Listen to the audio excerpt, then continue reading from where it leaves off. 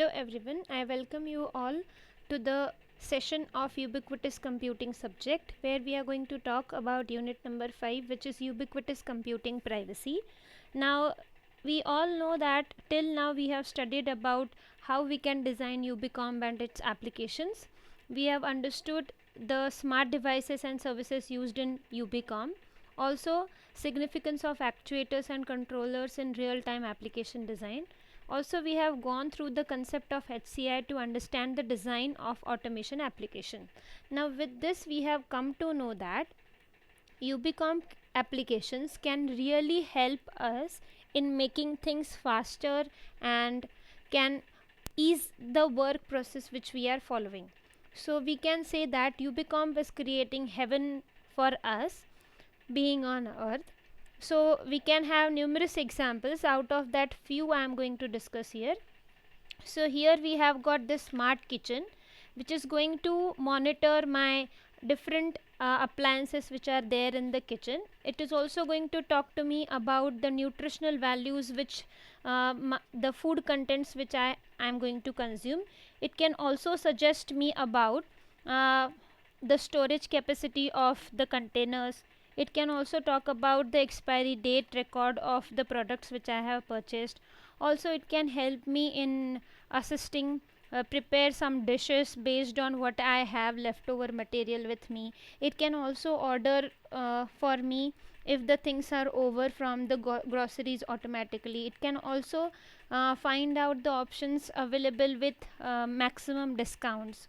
So this is truly Ubicom heaven. We have got set of devices which are communicating with each other to ease the workload at my workplace.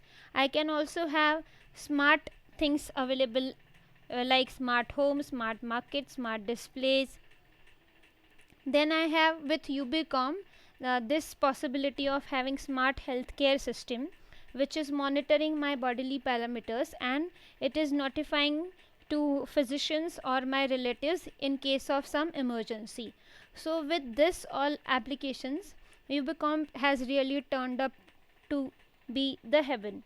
But what if these all turn against me and leak my information to people with malicious intent?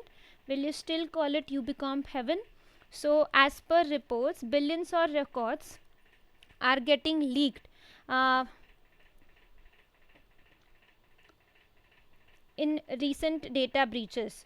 Companies also should know that data breaches are serious and possible threat to their business. Now this is happening in two ways. Either the organization are not knowing that data breach is happening, or else they are failing to notify to their customers that this is been happening. So at the end users are suffering because of this. So here we are going to talk about privacy issues in Ubicom scenario.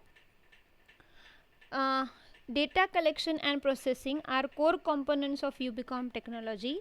Privacy issues are thus of utmost importance to Ubicom researchers, designers, service providers and users. Now simply offering strong security is not going to solve the privacy issue. While security is considered as an integral part of any privacy solution, it still might fail to address the questions such as scope, purpose and use, adequacy, lifetime or access. To build privacy aware or privacy compliant Ubicom systems, we need to understand the nature of privacy, its social and legal realities and the technical tools at our disposal. So with this we can start with defining what privacy is. So here it is not about the general term privacy, but it is about informational privacy. So informational privacy is the claim of individuals, groups or institutions to determine for themselves when, how and to what extent information about them is communicated to others. So it depends on end users how much they want to share about themselves. If that is, now it might happen that while sharing information I had read the privacy policy and I said that I agree to these privacy policy terms and condition, but later I found that my information was leaked with some means. So that can be termed as privacy violations.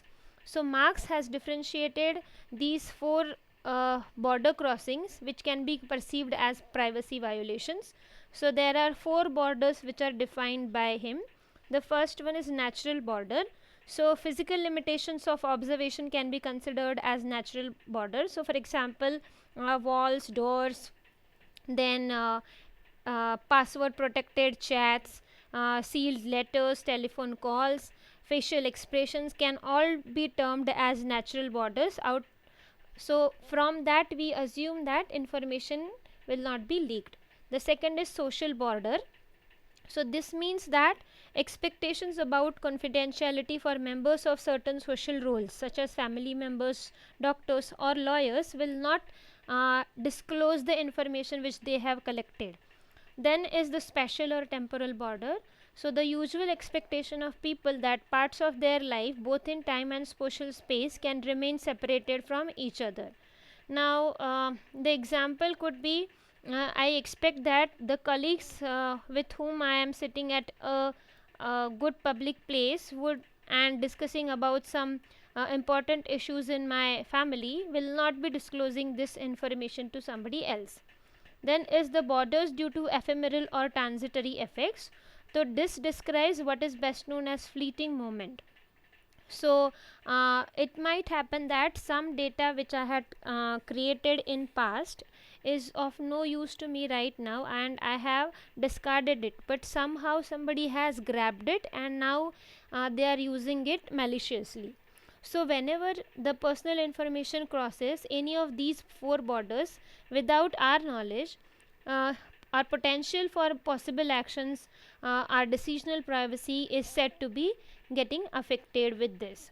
So Solovs has also tried to attempt to create a privacy taxonomy, that is an overview of the activities that might lead to privacy problems. So he has divided that into set of 4. The first one is information collection, information processing, information dissemination and invasion. We are going to understand them better with the help of this diagram. So starting with data subject, we would say that information is collected from the affected person.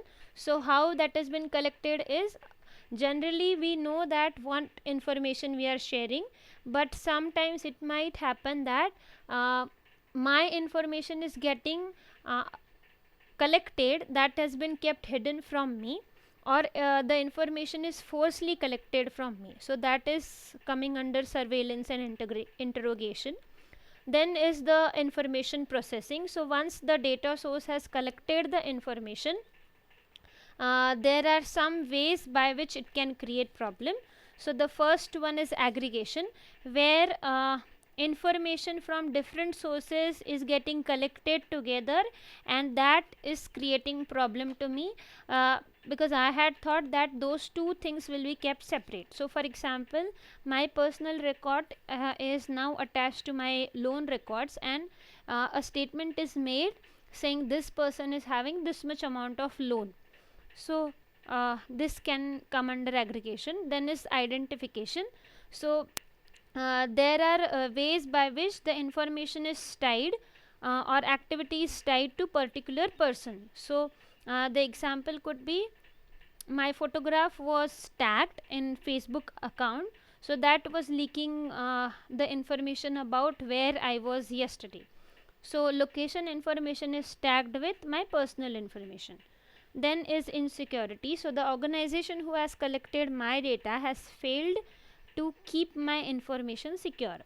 Then is secondary use. So earlier it was said that information is collected for this purpose, but now it has been used for some other purpose.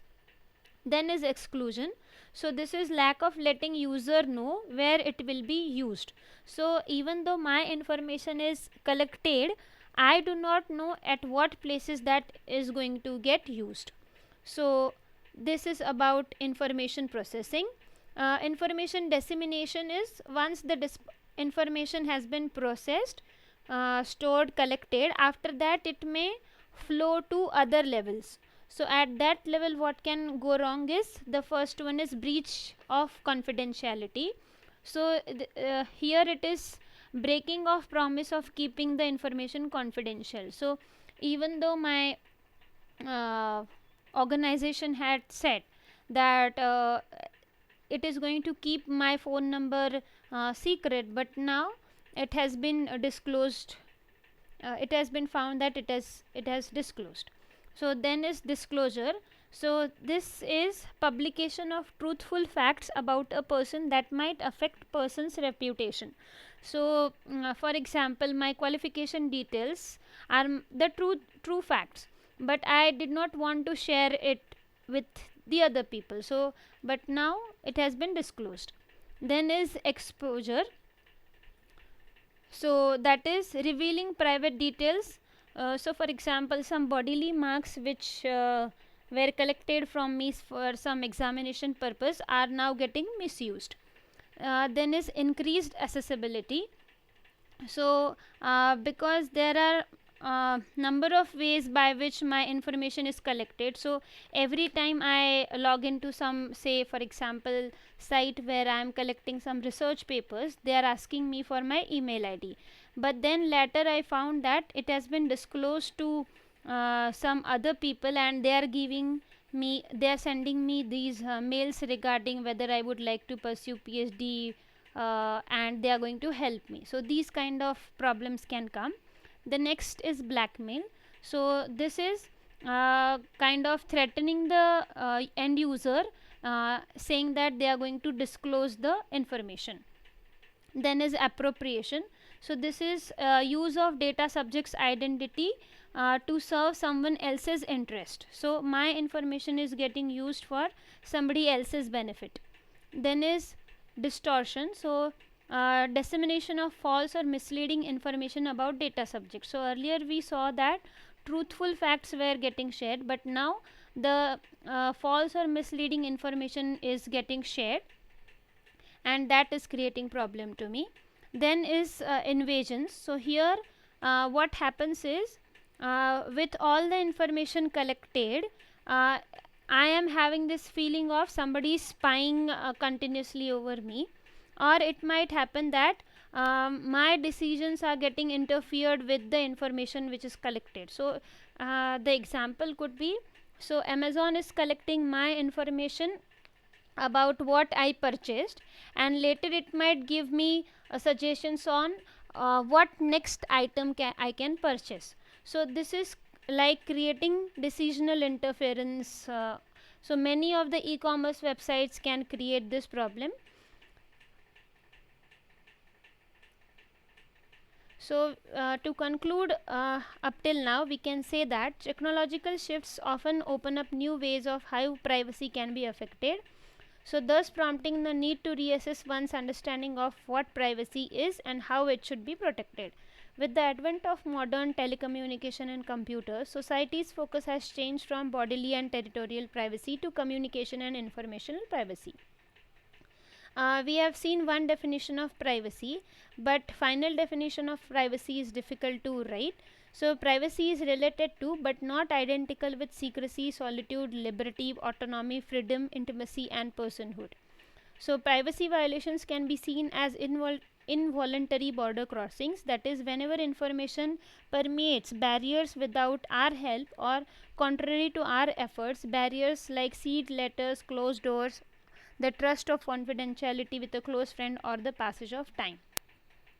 So we are going to talk about some legal concepts behind privacy. So William Prosser has described a set of 4 privacy torts that have since become established as legal concepts. The first is intrusion upon seclusion or solitude or into private affairs, public disclosure of embarrassing private facts, publicity which places a person in a false light in the public eye, and appropriation or of name or likeness. So while tort law addresses conflicts between two private parties, privacy law or data protection law are going to help in regulating how the governmental organization and companies can collect and process personal information. So there are 8 principles. By setting out these core principles, the organization hope to avoid unnecessary restrictions to trans-border data flows both on and offline. So the first one is collection limitation principle. So there should be limit on collecting the personal data, and any such data should be obtained by lawful and fair means, where appropriate, with the knowledge or consent of the data subject. So without my knowing, data would not be collected from any of my work.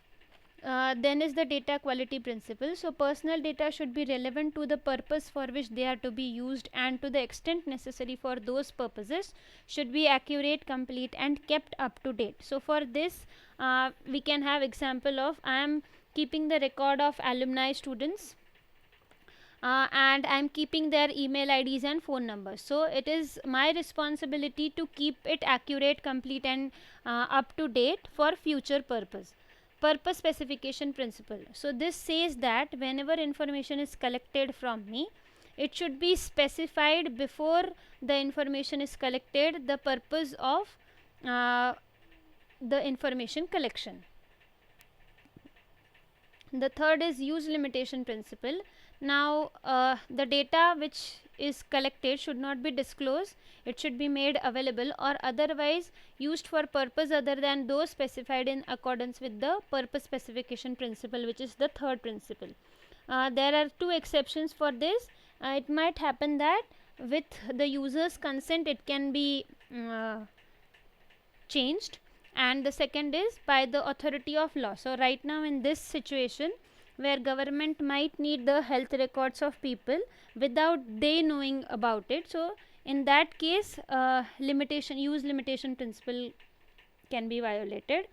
Then security safeguard principle. So personal data should be protected by a reasonable security safeguards against such risks as loss or unauthorized access, destruction, use, modification, or disclosure of data. So it is responsibility of organization to protect the data which they have collected. Openness principle says there should be a general policy of openness about developments, practices, and policies with respect to personal data. Means should be readily available of establishing the existence and nature of personal data and the main purposes of their use, as well as the identity about usual residence of the data controller. Then is the individual participation principle. An individual should have the right to obtain from a data controller or otherwise confirmation of whether or not the data controller has data relating to them. So I have the right to get the data back which I had submitted, to have communicated to him data relating to him. So I must get it back within reasonable time at a charge if it is there, but it should not be excessive. Then in a reasonable manner and in a form that is readily intelligible to him. So the format in which the data I am getting should be understandable to me.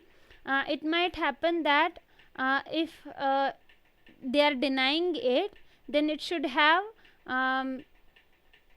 some challenges for such denial, and to challenge data relating to him, and if the challenge is successful, to have the data erased, rectified, completed, or amended. Then is the accountability principle. A data controller should be accountable for complying with measures which give effect to the principles stated above. So whoever has collected the information from a person should hold the responsibility of above all 7 principles for it. Then we are going to talk about interpersonal privacy. So privacy is not simply a way that information is managed, but how social relationships are managed. So we have seen this, that even though we are keeping our WhatsApp chat password protected, it might happen that while traveling somebody is sitting next to me and is watching what kind of communication I am having at that moment. So in that case, how we are going to protect it?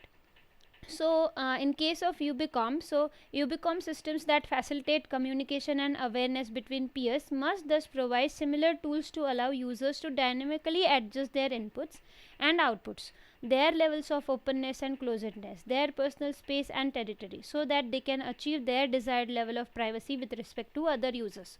So it might happen that I am able to create some kind of shield while traveling, so that the other person should not look into the work which I am doing at that moment.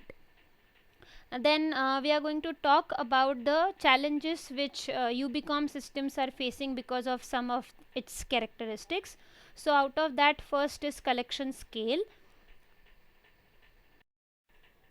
So we know that meaning of ubiquitous is access anytime, anywhere. So this feature of always on of ubiquitous computing is creating problem. So it might not be possible for me to always switch on and off the devices which are there around me, hundreds of devices. So what is happening is the coverage has been extended over time. So instead of the spotty trails that can be obtained through our internet logs when we are online after work for an hour or two, smart homes and intelligent environments will not be switched off at a night or while we are gone for a lunch. So it might not have been is possible to turn off such devices. So what is happening is anything that is recorded instantly is achieving a potential pervasiveness and immortality that it did not have before. Anything that does not make the cut is invisible to someone inspecting the digital record at a different location of time. So because of huge amount of data created, UBCOM systems are facing the challenge to keep the privacy. Then is collection manner. So because of deployment of ubiquitous computing technology, it is becoming difficult to differentiate between public and private actions. So as UBCOM is trying to hide the use of technology to make the computers practical is invisible, the level of awareness of such electronic transaction will drop drastically from today's implicit awareness through the use of physical tokens such as credit cards or mobile phones. So in a fully computerized environment, any item could take fingerprints and wire them half away around the world. It can take pictures, it can measure bodily parameters, or it can observe many things from a person's face. So the way information is collected, that is creating problem in maintaining the privacy of UBCOM applications. Then we will talk about the data types. So with a wide variety of sensors and collection mechanism, ubiquitous computing technology is potentially interfering the soft gossip which was earlier taking place. So thus it is not giving a new credibility, but also eventually it is incapacitating our own judgments about personal beliefs and feelings based on computerized self-assessment. So for example, inferring our emotional attachment to our partners based on our heart rate and eye blinking rates. So the type of information which is getting collected because of UBCOM applications can also pose a challenge. Then collection motivation. So it is said that whatever information is captured, that is helping the organizations to provide the better services to us or provide better product to us. So but with this, what is happening is it is said that we expect more and more out of those UBCOM devices. So they are trying to get more and more information about us, and that is creating the chances of correctly determining the user's context and intent from it. Then is the issue of data accessibility. So in the vision of ubiquitous computing, information systems are there which are not primarily designed with humans in mind. So here what is happening is improved human computer interfaces are expected, which are allowing easy to access non-traditional data formats such as video, audio streams. So for example, for automated diary applications which are documenting one's everyday continuous multimedia format. So living in a world of smart cooperating objects, the freedom of movement for personal information is getting greatly increased. So both between computers as well as humans and between cooperating artifacts. So these are all posing the challenges in maintaining the privacy of UBCOM applications.